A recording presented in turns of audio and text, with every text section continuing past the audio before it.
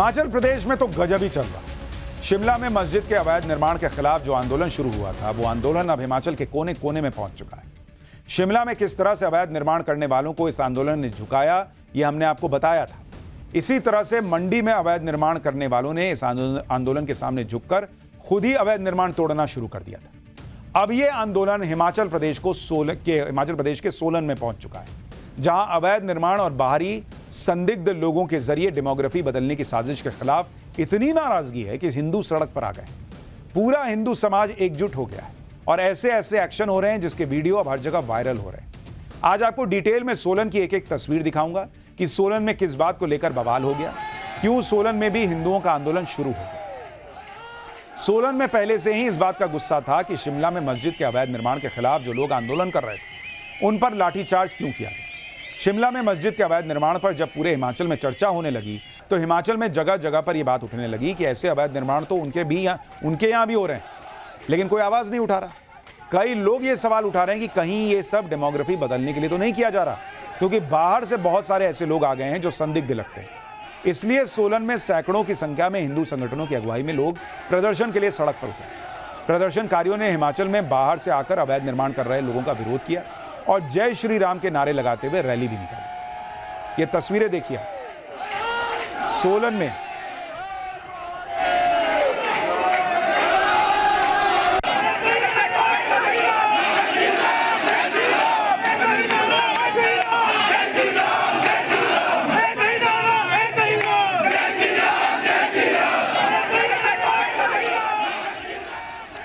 सोलन में भी वही आक्रोश दिख रहा है जो शिमला और मंडी में दिखा था। यहां जिस तरह से हिंदू संगठनों ने आक्रोश रैली निकाली और जिस तरह से स्थानीय लोग भी इसके समर्थन में दिखे, इससे पता चलता है कि हिमाचल प्रदेश अंदर ही अंदर इन मुद्दों पर किस तरह से सुलग रहा है। लेकिन अब हिमाचल के हिंदू समाज को आवाज मिल गई शिमला के मामले से। इसलिए हिमाचल में जगह जगह लोगों को लगता है कि उन्हें भी अवैध निर्माण और बाहरी संदिग्ध लोगों के खिलाफ आवाज उठानी चाहिए। यही समय है। सोलन में इसी मुद्दे पर किस तरह से माहौल गर्म हो गया है, जरा सोलन से हमारी ग्राउंड रिपोर्ट देखिए। तो बता दें, जिस तरह जो है संजौली मस्जिद का मामला जो है अब तूल पकड़ता जा रहा है। सोलन में आज जो है प्रोटेस्ट रैली निकाली जा रही है। आपको ये भी बता दें कि आज जो है सोलन व्यापार मंडल ने बंद का ऐलान किया है। 9 बजे से 12 बजे तक यहाँ पर जितनी भी शॉप्स है वो बंद रखी जाएंगी और यहाँ पर हिंदू संगठन के लोग जो है भारी संख्या में यहाँ पे जमा हुए हैं और साथ ही में व्यापार मंडल के लोग हैं और उनका साफ तौर पर कहना है कि जिस तरह हिमाचल की डेमोग्राफी चेंज हुई है, तो उसके बाद जो है वो ज्ञापन जो है प्रशासन को सौंपेंगे और वहां पर मांग करेंगे जल्द से जल्द जो है जितने भी लोग जो है हिमाचल में आ रहे हैं उन पे जो है चेक किया जाए। सोलन में आक्रोश तो ऐसा है कि हिंदू समाज पूरा एकजुट होकर कह रहा है कि ऐसे संदिग्ध लोग बर्दाश्त नहीं जो हिमाचल प्रदेश में आकर अवैध निर्माण कर रहे हैं। हिंदू संगठन सबसे ज्यादा इसी बात से नाराज है कि बाहरी संदिग्ध लोग आकर वहां पर दुकान व्यापार पर एक तरह से कब्जा करने में जुटे और सरकार ये देख नहीं रही कि ये बाहरी संदिग्ध लोग कहां से आ रहे हैं, इन्हें किससे फंडिंग हो रही है। हिंदू संगठनों ने ऐसे दुकानों पर क्रॉस के निशान भी लगाए जिसे बाहरी संदिग्ध लोग चला रहे हैं। सोलन से एक और रिपोर्ट देखिए। शिमला संजौली मस्जिद का मामला जो है काफ़ी गर्मा गया है, लेकिन अब उसमें नया ट्विस्ट आया है। मैं दिखा देती हूँ आपको। मस्जिद के जो ये पोर्शन है जो अवैध तरीके से बने हैं, 3 मंजिल आपको भी दिख रहे होंगे। इसमें जो 3 मंजिल ऊपर के 3 मंजिल यहाँ पे हैं, ये अवैध तरीके से बने हैं। तो आज जो है यहाँ पर जो मस्जिद कमेटी के लोग हैं वो MC शिमला से जाकर मिले और उन्होंने साफ तौर पर उन्हें कहा कि अगर जो अवैध तरीके से जितनी ये 3 मंजिल आपको दिखाई दे रही है वो अगर अवैध तरीके से बनी है तो उसको सीज कर दिया जाए। और साथ ही में उन्होंने ये भी उन्हें कहा, MC कमिश्नर को साथ में ये भी कहा कि अगर इस मस्जिद को तोड़ने का आप आदेश देते हैं तो वो आदेश हमें मंजूर है और हम खुद ही इस जितना भी अवैध जो ये 3 मंजिल बना है उसे हटा देंगे। Poonam Sharma, times of Bharat, Shimla, Himachal Pradesh. हिमाचल प्रदेश में स्थानीय लोगों में इस बात को लेकर बहुत गुस्सा है। लोगों का आरोप है कि बाहर से लोग आ रहे हैं, प्रॉपर्टी के रेट महंगे कर रहे हैं। जिस दुकान का किराया 10,000 रुपए होना चाहिए उसके लिए ये लोग 1-1 लाख रुपए का किराया दे रहे हैं। ये पैसा आखिर आ कहां से रहा है? सरकार इसकी जांच कराए। सुनिए जो लोग सड़क पर उतरे हैं वो कितने गंभीर आरोप लगा रहे हैं। समुदाय के लोग बाहर से आ रहे हैं, ठीक है, जिस प्रकार से उनका यहाँ पर अतिक्रमण बढ़ता जा रहा है, दुकानों के बाहर वो बैठते जा रहे हैं, पूरे हिमाचल में उनका कब्जा आता जा रहा है। सिरमौर में 119 मस्जिदें खुल गई है, सोलन में 19 है, हिमाचल में अभी अपनी शिमला में संजौली में 1 मस्जिद खुली थी, जिसके कारण ये आंदोलन वहाँ से स्टार्ट हुआ और सोलन में यहाँ पर हम उसका प्रदर्शन कर रहे हैं। मैम अब शॉप्स ले रहे हैं यहाँ पे, ये 1-1 लाख रुपए किराया दे रहे हैं पर मंथ का। 1 लाख रुपए किराया देना मैम आम बात नहीं है। मैं भी एक शॉप वाला हूँ जी, मुझे 10,000 किराया निकालना भी कई बारी सर्दियों में औखा हो जाता है जी। 1 लाख रुपए किराया देना मैम आम बात नहीं है। इतना कहाँ से सेल भी नहीं, इतनी दिल की सेल भी नहीं जितना डेली पे दुकानें ले रहे हैं ये।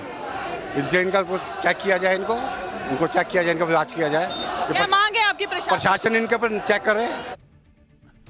जिस तरह से हिमाचल प्रदेश के हिंदू एकजुट होकर प्रोटेस्ट कर रहे हैं वो क्रांति से कम नहीं दिख रही और जिस तरह का आक्रोश दिख रहा है उसमें आने वाले समय में यह आंदोलन और तेज हो सकता है।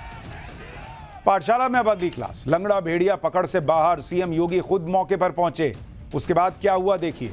आदमखोर भेड़िए के आतंक के बीच सीएम योगी को देख पब्लिक क्या बोली, अब इसका चैप्टर।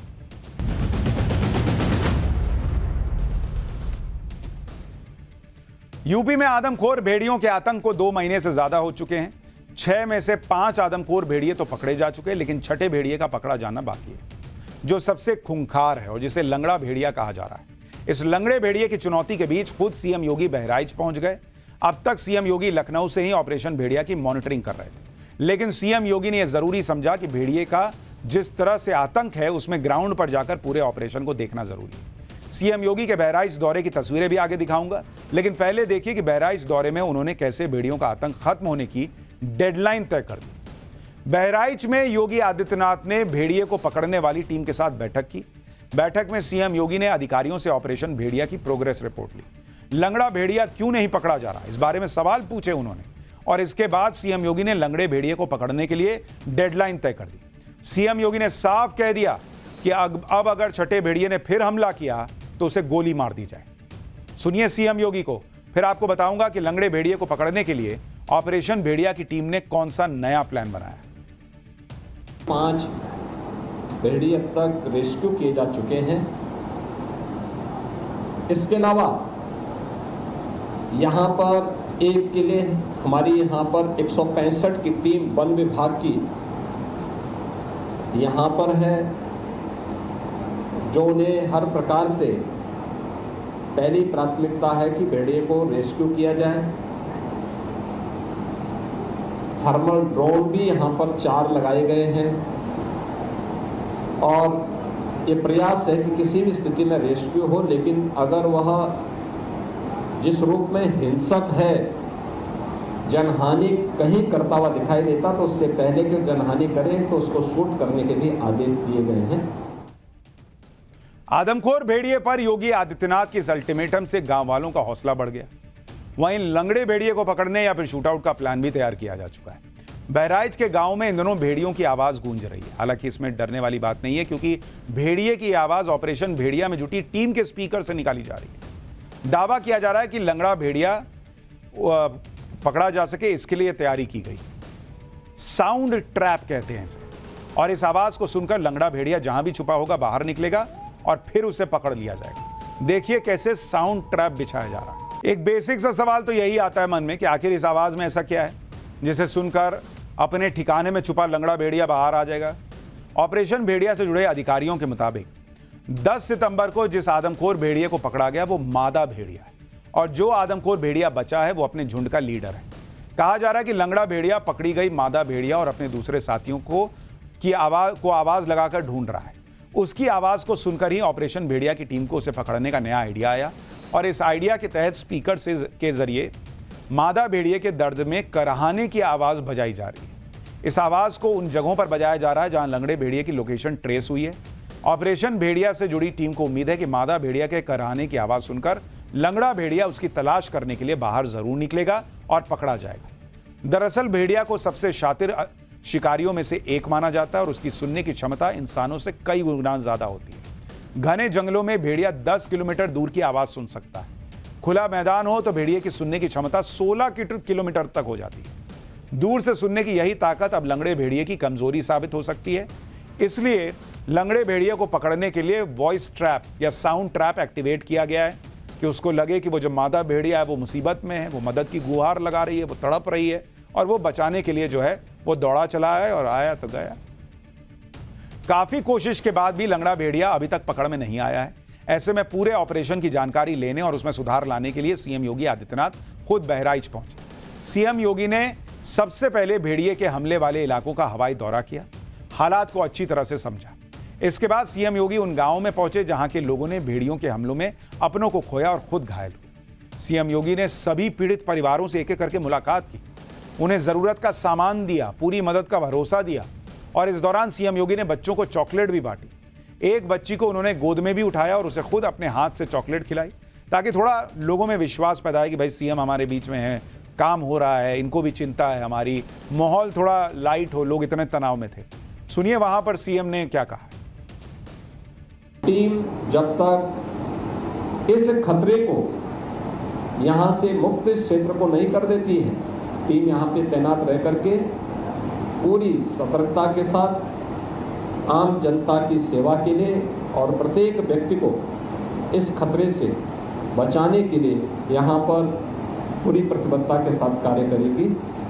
आज इसीलिए मैंने पीड़ितों से मिलने, पीड़ित परिवारों के प्रति अपनी संवेदना व्यक्त करने और इस क्षेत्र का दौरा भी किया है और क्या आगे की रणनीति वन विभाग की और स्थानीय प्रशासन की इसकी जानकारी भी दी है।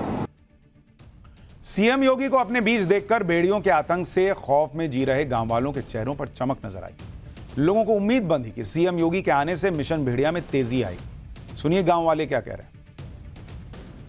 वही बोला मैंने, कैसे क्या हुआ, कहाँ लेटे थे? मैं बोला आंगना में लेटे थे, टटिया गिरी थी तो बोले जान नहीं पाया, तो हम बोला नहीं जान पाया, सो गया था। उसके बाद में मैं आंखें खुली तब देखा तो नहीं था, तो बोले मैंने आराम से भी रहने का, 5 पकड़ गए हैं, जब तक एक पकड़ेगा नहीं जाएगा तब तक खतरा भी हाई है।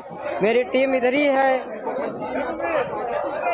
और पैसा भेज दिया है 5 लाख। मंत्री यही बताया है कि अपने बच्चों को बचा के रखिए और आपको थोड़ा तले जो हंगामा सुनेगा तले जाग के रहिए, अपने बच्चे बचा के रखिए। सहायता दिया था पहले, तो दिया था वही दिया। इस सब के बीच बहराइच के गांव में लोगों ने एक बार फिर आदमखोर भेड़िए के हमले का दावा कर दिया। पीड़ित परिवार ने बताया कि रात के 2:30 बजे भेड़िए ने 11 साल के बच्चे पर हमला किया। यह बच्चा अपने घर की छत पर सो रहा था। बताया जा रहा है कि भेड़िए ने बच्चे को गर्दन से दबोच लिया, जिसकी वजह से उसकी आवाज भी नहीं निकल पाई। छत पर सो रही महिला की नजर भेड़िए पर पड़ गई और उसने लाठी की मदद से भेड़िए को भगाया। बच्चे को इलाज के लिए नजदीक के अस्पताल ले जाया गया, जहां उसकी हालत नाजुक बनी हुई है और बहराइच मेडिकल कॉलेज के लिए उसे रेफर किया गया। वहीं वन विभाग ने इसे आदमखोर भेड़िए का हमला मानने से इनकार किया है। सुनिए गांव वाले और अधिकारी क्या बता रहे हैं। दूसरे छत पे आया से भेड़िया ने हमला कर दिया। जो मेरी भाभी थी पौड़ी थी, उनने देखा तो उसने फिर तौलिया से या फिर कपड़ा से उसको हुस्काया, लेकिन नहीं भागा। फिर लाठी डंडा उठाया तभी भागा उसने। तो दूसरे के छत पे जाके फिर उतर गया, वो चला गया, गायब हो गया। जब वो देखता है जैसे कोई बच्चा जमीन पर या चारपाई पर नीचे लेटा होता है, तो उसकी हाइट के, भेड़िया की हाइट के उस मौके पर नीचे होता है, तो ऐसे स्थिति में वो हमला कर सकता है। लेकिन छत जो कि बहुत ऊंची होता है, छत के बारे में भेड़िया सोचेगा भी नहीं। वो ऊंचाई देख करके, ऊंचाई पर किसी व्यक्ति लेटा हो, बैठा हो, कुछ भी कर रहा हो, वो यहाँ तक कि कोई आदमी अगर खड़ा हो गया, उसके सामने भी खड़ा हो गया तो भी वो भाग जाएगा। छत पर भेड़िया गया और बच्चे को उठाने का प्रयास किया। ये भेड़िया का हमको नहीं लगता है, न भेड़िया का है।